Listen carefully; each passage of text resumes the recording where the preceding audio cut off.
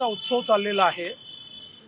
या उत्सवामध्ये मतदान हा केवळ आपला हक्क नाही आहे, ते आपलं कर्तव्य देखील आहे, तो आपला अधिकार देखील आहे। आणि म्हणून माझ्या कुटुंबासकट मी आज मतदान केलेलं आहे आणि महाराष्ट्रातील तमाम बंधू भगिनींना, आमच्या लाडक्या बहिणींना, लाडक्या भावांना, सगळ्यांना माझी विनंती आहे, सर्वांनी मतदान करा।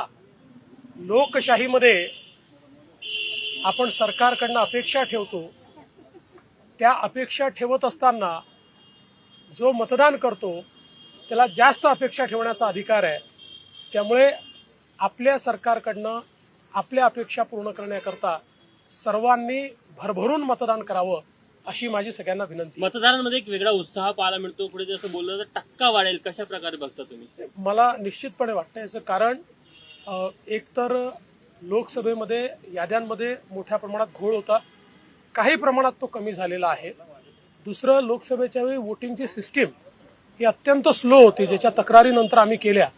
त्यामुळे आता सिस्टीममध्ये देखील इम्प्रूव्हमेंट करण्यात आलेली आहे। आणि सगळ्यात महत्त्वाचं, लोकसभेसारखं रणरणत ऊन हे आता आज नाही आहे।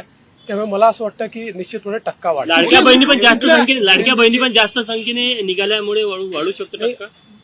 मला असं वाटतं की महाराष्ट्रात आपण नेहमी पाहतो, इतर राज्यांपेक्षा महाराष्ट्रामध्ये महिलांचा टक्का हा 5 ते 6% कमी असतो पुरुषांपेक्षा।